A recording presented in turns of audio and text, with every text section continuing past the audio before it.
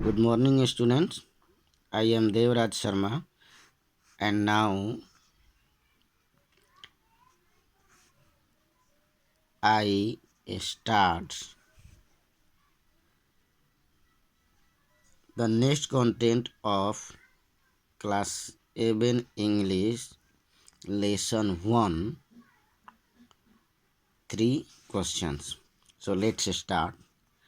I do not know you, मैं आपको नहीं जानता हूँ, and have nothing to forgive you for, और आपको माफ़ करने के लिए ऐसा कुछ भी नहीं है कि मैं आपको माफ़ करूँ. सेड द किंग, राजा ने कहा. यू डू नॉट नो मी, आप मुझे नहीं जानते हैं, बट आई नहीं हूँ, लेकिन मैं आपको जानता हूँ. I am that enemy of yours, मैं आपका वह दुश्मन हूँ. हु श्योर, जिसने वादा किया था, प्रतिज्ञा किया था, रिवेंज, बदला लेने के लिए, ऑन यू, आपसे. यानी कि मैं आपका एक ऐसा दुश्मन हूँ जिसने आपसे बदला लेने के लिए प्रतिज्ञा किया था, कसम खाई थी.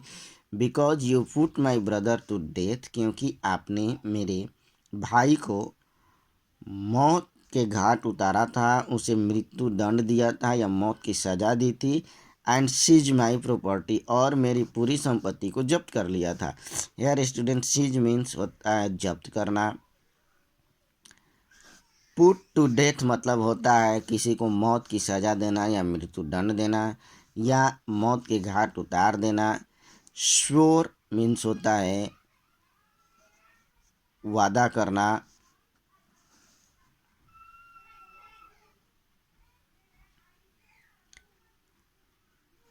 आई न्यू यू, मैं आपको जानता था. Had gone alone to see that hermit, मैं आपको साधु के पास अकेले जाते हुए देखा था और जानता था कि आप इस साधु से अकेले जाने वाले हैं, मिलने वाले हैं.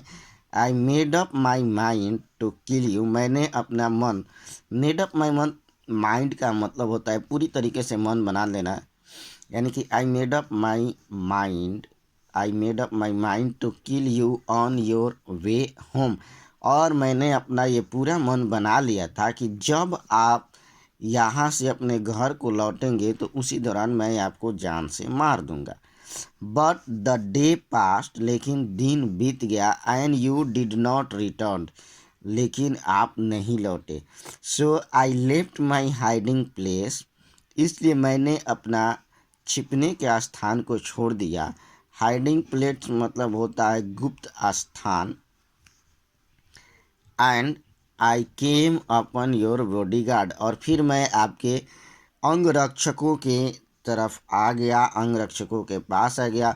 हु रिकॉग्नाइज्ड मी, जिन्होंने मुझे पहचान लिया. एंड वुंडेड मी, और मुझे घायल कर दिया. आई एस्केप्ड फ्रॉम हिम, मैं उनसे यानी कि आपके अंगरक्षक से बच गया. But I should have died if you had not dressed my wounds, लेकिन मैं मर गया होता. आई शुड हैव डाइड, मैं मर गया होता.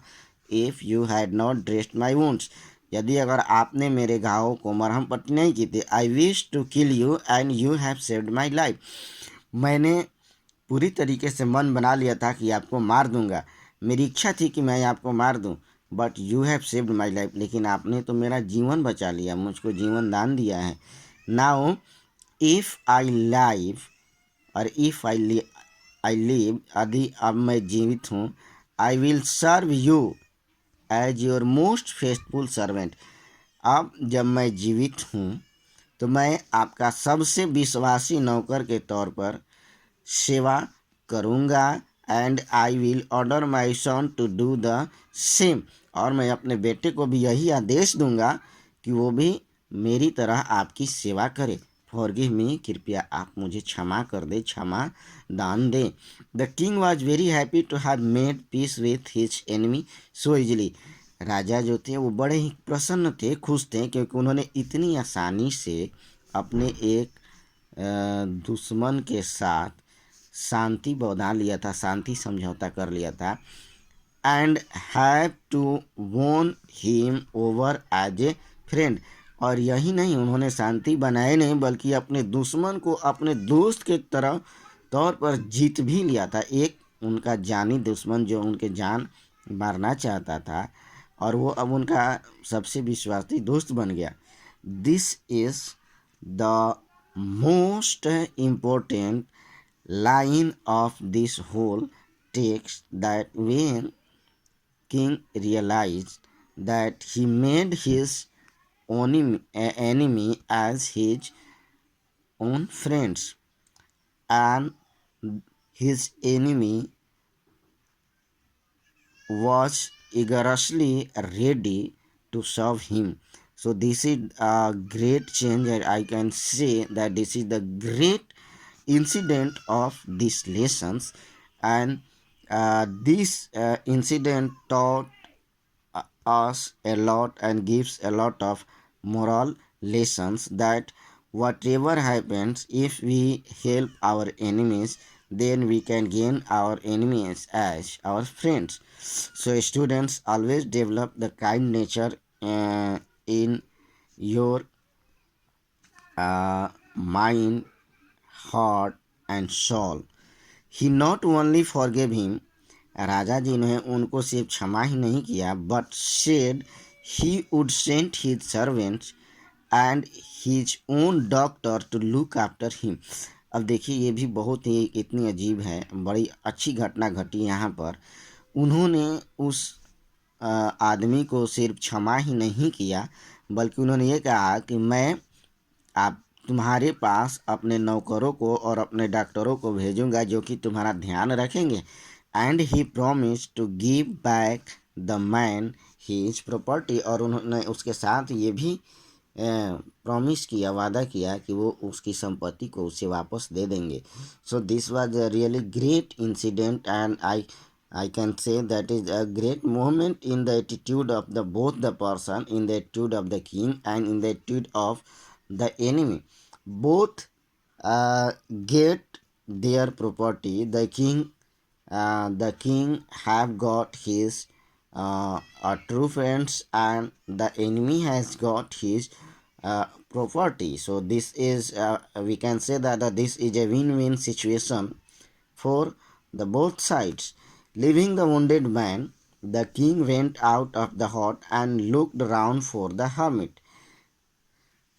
राजा उस घायल आदमी को छोड़ने के बाद उस झोपड़ी से बाहर जाते हैं और उस साधु को ढूंढते हैं। बिफोर गोइंग अवे, वहाँ से जाने से पहले, ही विश्ड वंस मोर, उन्होंने एक बार अपनी इच्छा व्यक्त की, to get answer to his questions, कि उनके प्रश्नों का उत्तर मिल जाए। The hermit was on his knees sowing seed in the bed, वो साधु जो थे अपने घुटनों के बल बैठे हुए थे, और जो भी क्यारियाँ थी, जो खेतों के बेड थे, उसमें वो बीज लगा रहे थे। शो मतलब होता है बीज बोना, शोइंग शॉट्स का मतलब होता है बीज बोना। इस पर एक बहुत ही अच्छा हमारे यहाँ कहावत चलता है, आज यू सो सो यूरोप, यानी कि जैसा आप बीज डालेंगे वैसे ही आप फसल भी काटेंगे। सो दैट यहाँ पर से bed and that had been dug day before, यानी कि वो उन बेड्स में बीज डाल रहे थे जो कि एक दिन पहले खोदी गई थी। The king went up to the hermit and said, राजा जो है उस साधु के पास गया और कहा, for the last time I beg you to answer my questions wise man. यहाँ पर देखिए, राजा थोड़े से पोलाइट वे में बड़े अच्छे से कहते हैं कि पिछले समय ए बुद्धिमान आदमी के ए महात्मन, मैंने आपसे पूरा विनती किया था कि आप मेरे प्रश्नों का उत्तर दें।